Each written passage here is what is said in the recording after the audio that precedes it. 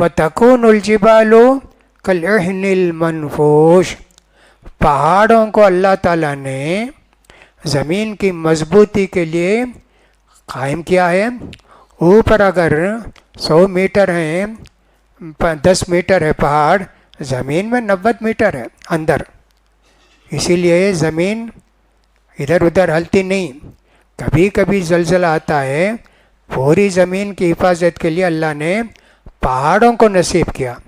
جب زمین بنائی، زمین پانی کے اوپر ہے، ہلنے لگی تو اللہ نے پہاڑوں کو گاڑا، زمین میں گاڑ کے اب وہ زلزلہ ختم ہو گیا۔ اتنے مضبوط پہاڑ، کوئی پہاڑ ختم نہیں ہوا، جتنا بھی کرو، جتنے بھی پتھر نکالو، سب کرو، پہاڑ ویسی ہیں۔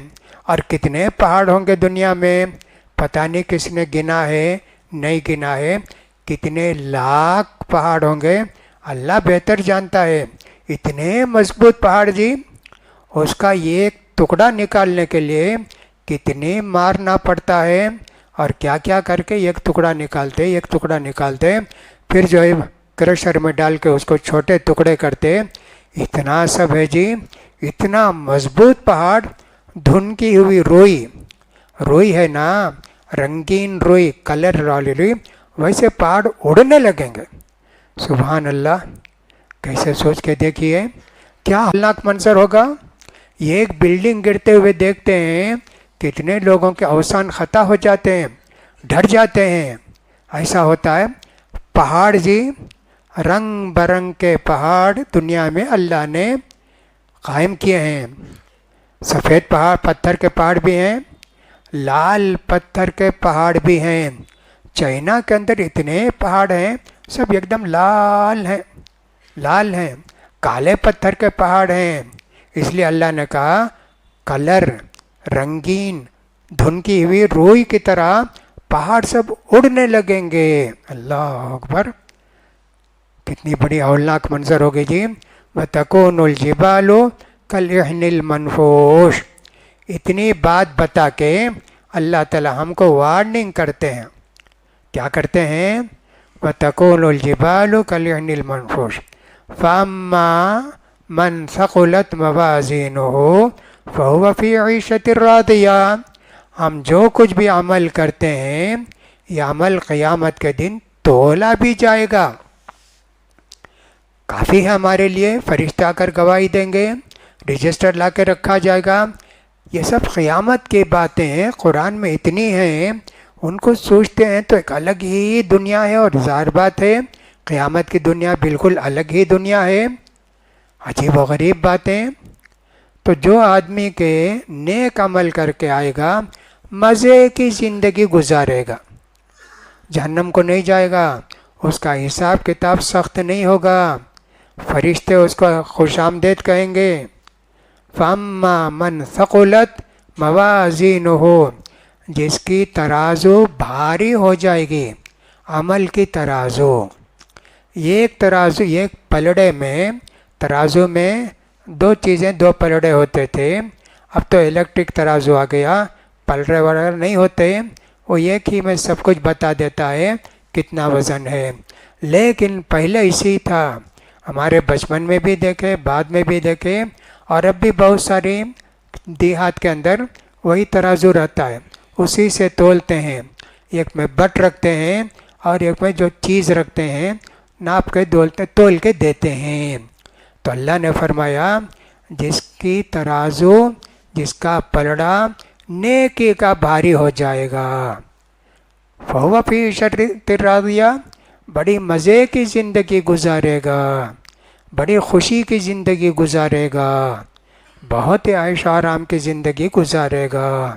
جنت ہے، نہر ہے، جنت میں کیا کیا ہوگا، بہت ساری صورتوں کے اندر اللہ نے اس کا ذکر کیا۔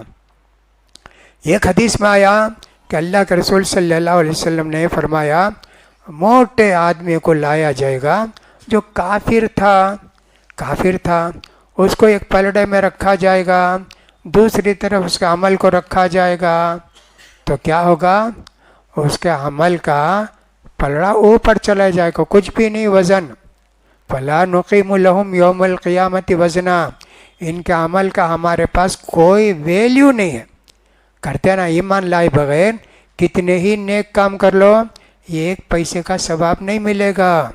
تو اللہ تعالیٰ نہ ہمارے اعمال کو تولے گا قیامت کے دن. اس کی حدیث بخاری کے اندر بھی اس کی حدیث ہے اور دوسرے میں بھی اس حدیث ہے. ایک حدیث کے اندر تو اللہ کے رسول صلی اللہ علیہ وسلم نے فرمایا ایک آدمی کو لایا جائے گا قیامت کے دن کچھ بھی نیک کام نہیں کیا تھا. اللہ کے سامنے حاضر ہوگا. اللہ پوچھے گا تیرا کوئی نیک عمل ہے؟ کہے گا نہیں اللہ کوئی بھی میرا نیک عمل نہیں ہے اللہ. کہا نہیں تیرا ایک عمل ہے. پھر اس کے بعد اس کو ایمان کا کارڈ منگایا جائے گا.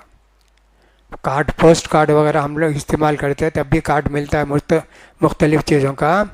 اس کے اندر وہی اشہد ان لا الہ الا اللہ وحدہ لا شریک لہ واشہد ان محمد عبدہ ورسولہ ایسا کلمہ لکھا جائے گا. کلمہ لکھنے کے بعد اس کو رکھا جائے گا ایک پلیٹ میں. کھا لیجیے. کتنے گرام ہوگا؟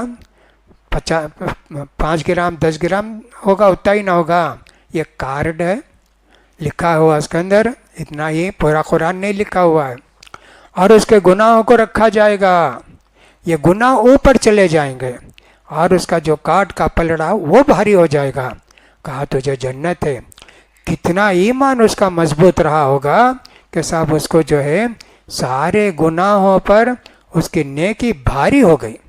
اس کی نیکی بھاری ہو گئی. ایمان اتنا مضبوط ہونا چاہیے.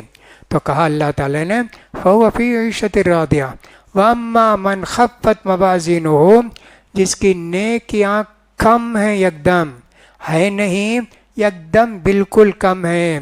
اور جس آدمی کی نیکی کا پلڑا بھاری نہیں ہوگا بلکہ بالکل ہلکا پھلکا ہوگا فَأُمُّهُ هَاوِيَةٌ اس کو جہنم کے گڑھے میں ڈالا جائے گا. اوپر سے اٹھا کے نیچے میں گڑھے ڈالتا نا گڑھا رہتا نا اس کو کہتے ہیں ہاویہ. اوپر سے نیچے اٹھا کر ڈالتے ہیں گڑھے میں. فَأُمُّهُ هَاوِيَةٌ صرف گڑھا ہے کیا؟ کہا وَمَا أَدْرَاكَ مَا هِيَ کیا تم سمجھتے ہو کہ صرف گڑھا ہے؟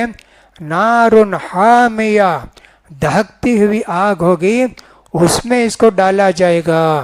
اتنی باتیں سننے کے بعد ہمارے دل کے اندر یقیناً آخرت کا ڈر ہونا چاہیے اور ایمان مضبوط ہونا چاہیے. ان ساری باتوں کو دل سے ماننا چاہیے جبھی ایمان ہمارا مضبوط ہوتا ہے. لہٰذا میرے بھائیوں صرف سنتے رہنے سے خطبہ نہیں ہوتا. خطبہ سنتے سے ایمان تازہ نہیں ہو جاتا. بیٹھنا سوچنا اللہ کو یاد کرنا اکیلے میں اٹھ کے رو کر اللہ سے دعا کرنا یہ علامت ہے جی.